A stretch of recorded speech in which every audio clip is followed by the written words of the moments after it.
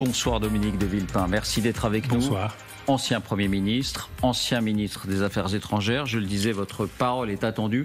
Première question toute simple, Michel Barnier a été nommé à Matignon, est-ce que vous lui avez envoyé un mot d'encouragement ? Alors je ne l'ai pas fait pour une raison particulière, c'est que je ne le fais plus jamais, pour personne. Pourquoi ? Parce que, d'abord, je suis quelqu'un de solidement indépendant. Dans ces moments-là, on dit des choses qu'on ne pense pas. Et je tiens à garder une parole libre. Mais ceci dit, j'en profite parce que ça a beaucoup plus de portée que ce que je pourrais dire sur un petit mot souvent hypocrite. Je pense que c'est un homme de qualité. Et je n'inclus là-dedans aucun élément personnel. C'est un homme de qualité, c'est un homme de compétence, il a une expérience locale et une expérience nationale, et il a aussi l'expérience de la négociation. Alors, il y a quelque chose qui me frappe. Pardon de vous interrompre. Vous-même, à Matignon, en 2005, alors qu'il était ministre des Affaires étrangères, partie importante du gouvernement, il n'a plus été ministre. Il n'a plus été ministre, absolument. Mais je l'avais solidement encouragé quand il a voulu devenir commissaire européen précédemment et ministre des Affaires étrangères. Donc, vous voyez, il n'y a aucun élément personnel dans tout cela. Il y a des équilibres politiques, il y a un président de la République, Jacques Chirac, donc il y a beaucoup d'autres éléments. Mais ce qui me paraît important, c'est qu'il dessine aujourd'hui, et ce qui montre qu'il n'est pas sans habileté, il dessine aujourd'hui en creux une sorte de portrait chinois qui est exactement le double inversé du président de la République. Et ça, c'est assez habile. Un homme qui écoute, un homme qui dialogue, un homme qui sait faire des compromis, un homme qui a du respect pour chacun des citoyens. Donc, il apporte un équilibre, ce qui a toujours été mon souhait, apporter un équilibre à nos institutions. Si Matignon est dirigé par un collaborateur du président de la République, il n'enrichit pas la vie politique. Il est, en quelque sorte, la voix que rapporterait un écho. Il faut exister par soi-même. Et je pense que Michel Barnier va avoir à cœur d'exister par lui-même. Alors, il arrive dans des circonstances difficiles. Et si vous le permettez, il y a, à mon sens, 3 qualificatifs qui peuvent caractériser aujourd'hui la situation que nous vivons. Et je dis ça parce que il faut en permanence avoir ce paysage dans la tête. Premièrement, nous sommes dans une situation bloquée. Les Français l'ont compris, ils ont voté aux législatives pour 3 grands blocs qui n'ont pas de souhait particulier pour travailler ensemble. Donc, une situation qui ne permet pas d'avoir une majorité absolue. Durablement, vous voulez dire ? Durablement. Deuxièmement, nous sommes devant une situation politique qui est faussée. Et ça, c'est très important. Parce que ça va jouer un rôle dans la suite de l'histoire. Pourquoi faussée ? Parce que le président de la République avait un choix à faire. Soit il fait selon les règles, la tradition, avec la méthode qui est la plus facile et la plus habituelle, il choisit la force qui est arrivée en tête. Et en l'occurrence, la force qui est arrivée en tête, c'était le nouveau Front républicain, le nouveau Front populaire, qui s'est choisi comme chef Lucie Castet. Il a considéré que ce n'était pas le choix à faire. Donc il n'a pas pris acte, alors que ça aurait été manifestement la solution la plus simple, la plus comprise par les Français. Il a choisi de négocier lui-même. Il a choisi de s'engager de façon à lui-même déterminer, plus ou moins directement en liaison avec les groupes parlementaires, ce qui était susceptible d'être le meilleur scénario pour durer. Il a eu tort ? Alors, je pense qu'il a eu tort. D'abord parce qu'il y a une prise de risque inutile. Deuxièmement, je pense qu'on a toujours intérêt dans la vie à faire les choses dans l'ordre. Vous imaginez la frustration des gens de gauche au sortir des élections. Donc, il a choisi lui-même d'aller jusqu'au bout. Le résultat, c'est qu'il a fait des choix par élimination. Il a éliminé M. Cazeneuve, il a éliminé M. Bertrand. On comprend qu'il a éliminé le nouveau Front populaire parce qu'il estimait que le risque était trop fort. Qu'il n'y aurait pas de majorité. Il élimine de la même façon M. Cazeneuve, en mettant en avant l'idée d'un risque d'instabilité, et là encore qu'il n'y ait pas de majorité. La vraie question qu'on peut se poser, c'est est-ce qu'il élimine parce qu'il a peur qu'il ne parvienne pas à former un gouvernement, ou parce qu'il a peur qu'il réussisse c'est-à-dire mettre en place une politique qui aurait détricoté la sienne. Quelle est votre réponse ? Je pense que le président de la République a des lignes rouges et que politiquement, il ne prend pas acte du résultat des législatives et qu'il continue à se battre sur son bilan avec le souhait de la continuité. Vous parlez de la réforme des retraites, par exemple. Oui, et de tout le reste. Et c'est ça qui va être intéressant avec Michel Barnier. Vous voyez, Michel Barnier, il a été déjeuner aujourd'hui avec le président de la République. Rien n'y oblige. Il n'a pas de gouvernement. Rien n'oblige aujourd'hui à aller déjeuner avec le président. Pour parler de quoi ? Et là, je pense qu'il faut une transparence vis-à-vis des Français. Est-ce que c'est vraiment nécessaire à ce stade ? Il a d'autres choses à faire, Michel Barnier, pour le moment. Et donc, il est très important que le réglage entre l'Élysée et Matignon se clarifie. Mais je termine sur la situation qui est aujourd'hui faussée par ces choix faits par le président de la République. Le résultat, c'est que Michel Barnier est appelé et que nous sommes aujourd'hui dans une situation inouïe sur le plan de la démocratie. Pourquoi ? Voilà Michel Barnier, issu d'un parti, les Républicains, qui a fait 5,4% au premier tour des législatives, qui a 47 députés, qui est soutenu, avec des conditions, par le parti présidentiel. Parti présidentiel qui a été rejeté et battu par les Français. Et il est soutenu, là encore avec beaucoup de bémols et sous surveillance, du Rassemblement national, qui a été rejeté par les 2/3 des Français au second tour des législatives, même si cela a été la première force au premier tour.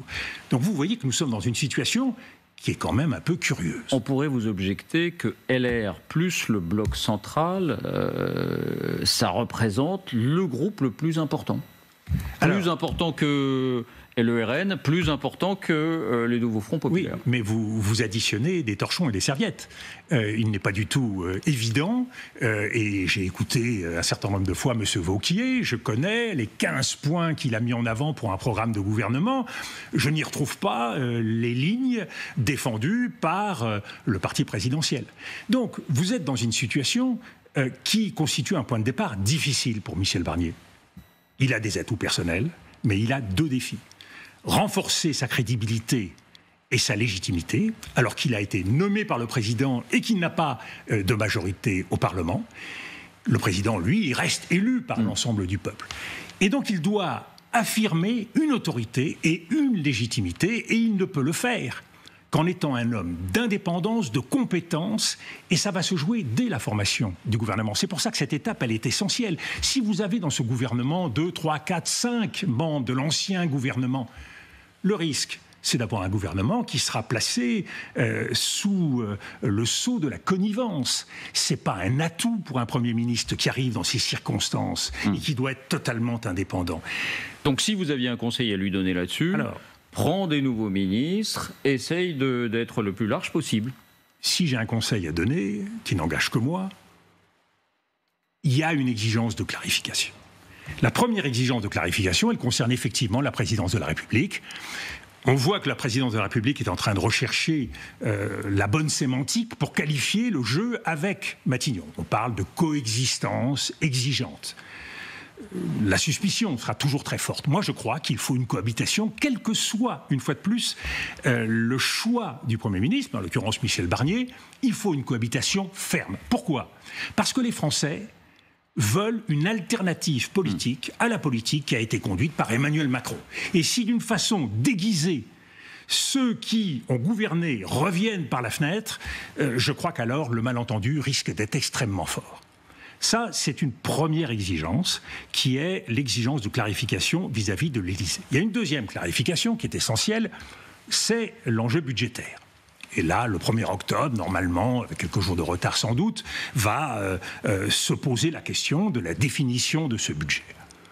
Ce budget, on l'entend bien, il est comme en quelque sorte prédéfini par l'orthodoxie financière. Il y a extrêmement peu de marge de manœuvre et il y a 110 milliards à trouver dans les 3 prochaines années si on veut être dans les clous des règles budgétaires européennes. C'est-à-dire que c'est extrêmement difficile à satisfaire. Ma conviction, c'est que il y a la possibilité de trouver des chemins sur l'ensemble des sujets qui concernent directement Michel Barnier. C'est vrai sur le budget, c'est vrai sur l'immigration, c'est vrai sur la sécurité.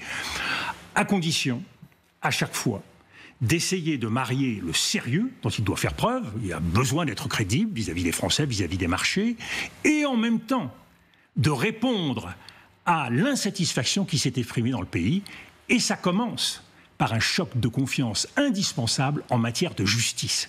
Le point de départ... De justice fiscale, vous voulez dire? Attendez, le point de départ, c'est pas de plier la nuque et de se soumettre aux diktats de grands événements. On l'a vécu, et je l'ai même moi-même vécu en 97, on l'a vécu en 83. À chaque fois, la démocratie est contrée par des règles qui sont très importantes, et une fois de plus, je les respecte. Parce que nous sommes endettés, que nous avons besoin Absolument. de nos prêteurs. Mais la première règle à respecter, c'est celle de la démocratie.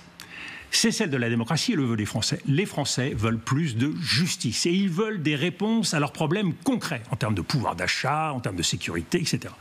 Donc, la première règle pour Michel Barnier, c'est de prendre en compte cette exigence-là.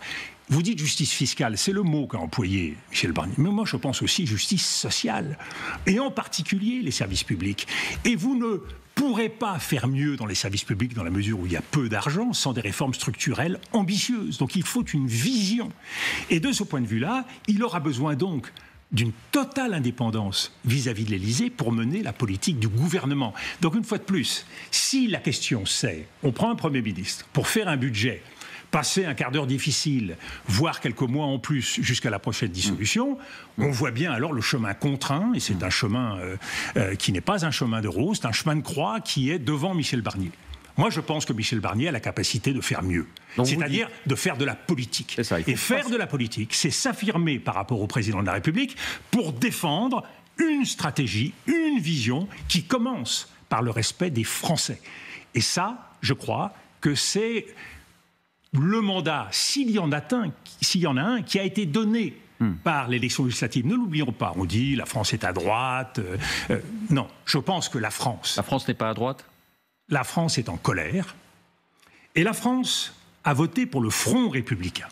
Et donc là, aujourd'hui, elle est prise à contre-pied par les choix qui sont faits, puisqu'elle se retrouve avec un gouvernement dont il apparaît que peu ou prou, il sera sous la dépendance ou sous l'influence et du président de la République et du Rassemblement national. Je pense que Michel Barnier a besoin de se dégager de ce baiser mortel, ou de ces baisers mortels, qui risquent de l'étouffer. Si on en est là aujourd'hui, par rapport au Front républicain, qui effectivement a donné les résultats qu'on sait au second tour, est-ce que ça n'est pas parce que le nouveau Front populaire, d'une certaine manière, a été jusqu'au boutiste, le programme, rien que le programme, un Premier ministre social-démocrate, mais qui n'est pas du NFP, pas question. Alors, Monsieur Pujadas, là, vous faites ce qu'a fait Monsieur Macron. Voilà, c'était le raisonnement d'Emmanuel Macron. Vous faites des suppositions. Qui vous dit que le nouveau Front populaire, arrivant ou pressenti à travers Madame Castex comme chef de gouvernement, ne se serait pas employé à chercher à trouver des soutiens ailleurs sur l'échiquier politique que strictement à gauche? Qui vous le dit? Disons qu'il n'en avait pas manifesté l'intention. Qui vous dit que M. Barnier parviendra à trouver des soutiens à gauche? Il y a des personnalités qui peuvent s'apparenter, qui peuvent apporter une compétence et qui peuvent venir de différents domaines de la vie politique. Il aurait fallu essayer, c'est ce que vous dites. Que le président de la République a eu tort de préjugés. Et il l'a fait pour une raison extrêmement simple. C'est qu'il ne veut pas remettre en cause son bilan, ni même la politique qu'il a menée. Et c'est là, j'allais dire, ce qu'il faut scruter jour après jour. Est-ce que M. Macron va faire de la politique ou simplement s'asseoir sur les dossiers de façon à ce que rien ne bouge et qu'on ne détricote pas son bilan? Est-ce que Michel Barnier aura la capacité d'inventer des marges de manœuvre, de construire des majorités pour affirmer une existence politique, une légitimité politique et une alternative?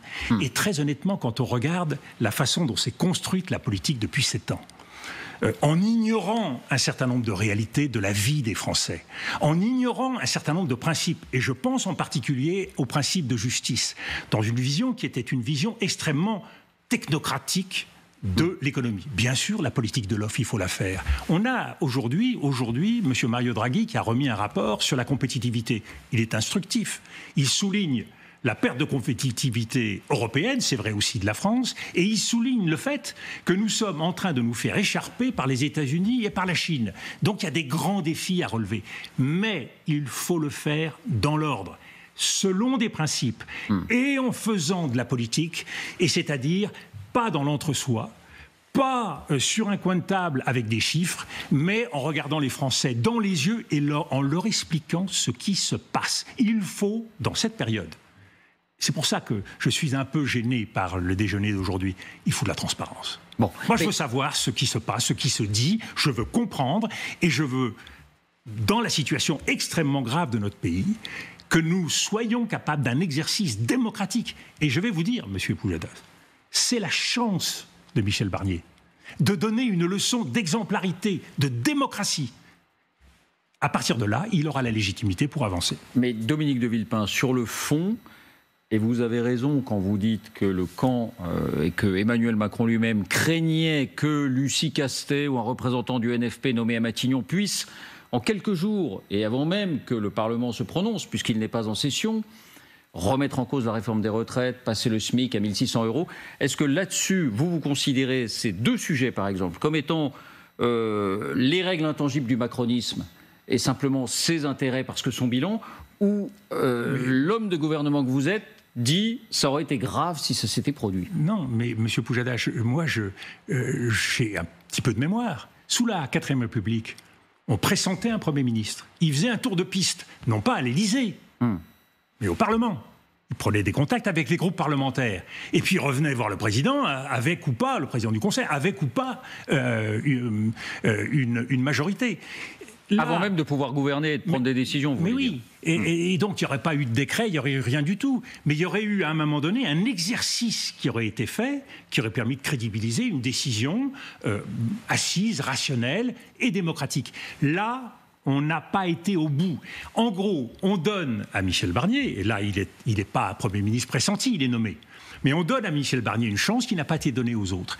Et je comprends bien pourquoi, dans l'esprit d'Emmanuel Macron. Mais selon la règle de fonctionnement des institutions, en prenant en compte la stabilité institutionnelle, on aurait pu pressentir Mme Castet, M. Cazeneuve ou tout autre, en leur disant, voilà... travaillez. Travaillez et dites-moi si vous êtes capable de former un gouvernement. Donc, je crois que tous les arguments qui sont aujourd'hui mis en avant relèvent largement de la mauvaise foi ou du refus de dire les choses en face. Il y a trop de non-dits dans la politique française, trop d'affaires de spécialistes. Les choses sont beaucoup plus simples et doivent être beaucoup plus simples parce que la démocratie, c'est que chacun comprenne ce qui se passe. On dit aujourd'hui, ce gouvernement est de fait dans la main du Rassemblement national. Parce que demain, si le RN vote la censure, comme le NFP est prêt à voter la censure, il y aura une majorité des contraires pour voter la censure. Est-ce que cette situation vous alarme, cette idée que le gouvernement est de fait dans la main du RN? Alors, ou c'est l'arithmétique électorale, c'est cette assemblée, c'est celle qu'ont voulu les Français. Il y a une situation électorale. Le gouvernement ne peut pas tomber à la seule demande du Rassemblement national. Il faut que le Rassemblement national s'allie avec d'autres, sans quoi vous n'avez pas la majorité. Aujourd'hui, le scepticisme qui peut exister vis-à-vis d'un gouvernement, comme de tout gouvernement, il vient de partout. Il y a une position très ferme de la gauche, mais je vois le bloc central, il n'y a pas d'enthousiasme pour quiconque. Non, mais on les voit mal voter la censure dans l'immédiat. Comme vous dites, et ça c'est ça qui est important, M. Pujadas, on les voit mal. À la fin des fins, on a bien compris que le jeu qui est en train de s'opérer devant nous, il a pour but les présidentielles. Et donc, chacun des mouvements politiques, il est comptable de ce que vont penser les Français. C'est les Français, pour une fois, qui sont les juges et les arbitres. C'est eux qui vont dire « Ah, le nouveau Front populaire, là, il n'aurait pas dû ne pas donner sa chance sur telle mesure, parce que moi, j'aurais été content que sur les retraites, eh bien, il y ait un certain nombre de changements qui soient effectués. » Et c'est là où Michel Barnier doit, de façon non technocratique, sur tous ces sujets, à commencer par les retraites, trouver le bon point d'équilibre. Est-ce que le bon point d'équilibre, c'est simplement d'ouvrir 2-3 négociations marginales qui, certes, apporteront quelque chose ? Ou est-ce que c'est peut-être d'ouvrir la voie à une négociation beaucoup plus importante sur les retraites, mais tout en posant comme condition qu'on ne suspend rien tant qu'on n'a pas un projet totalement pertinent qui est voté et qui se substitue à l'autre. On peut poser un certain nombre de règles. Ça, les Français le comprendraient. Qu'on ne veuille pas prendre le risque d'ouvrir le vide et de se placer dans une situation où alors les marchés feraient le procès de la France dans cet intervalle. Donc je crois qu'il y a des solutions. Oui, c'est ça. Mais ce que je retiens... À condition d'avoir de l'imagination. Et c'est ça qui fait le plus défaut à la politique française. C'est qu'on s'enferme dans des idéologies, dans des visions toutes faites, et qu'on ne voit pas qu'il y a des marges de manœuvre. Il y a beaucoup plus de marges de manœuvre que l'on ne croit, y compris en matière budgétaire, y compris en matière financière. C'est presque un programme de gouvernement que vous proposez, que vous mettez sur la table, et on se demande si quelque chose en vous ne vous démange pas pour aller l'appliquer. C'est tout sauf un programme de gouvernement, c'est l'expérience. Je sais que malheureusement la politique française aujourd'hui dans tous les domaines, la sécurité, l'immigration, les questions financières, se résument à prendre des mesures, à prendre des lois. La politique, c'est pas ça. La politique, c'est pas de prendre des mesures, c'est pas uniquement de prendre des lois, c'est de trouver la façon de réconcilier ce qui peut paraître parfois difficilement conciliable. Et en l'occurrence, en matière budgétaire, il nous faut réconcilier le sérieux avec la nécessité de reconnaître les problèmes des Français et d'y répondre. Donc ça veut dire être capable d'augmenter les impôts au bon endroit. Alors est-ce que ce sont les énergéticiens, le rachat d'actions? Est-ce que c'est les impôts sur la grande fortune? Ça, c'est le choix de Michel Barnier.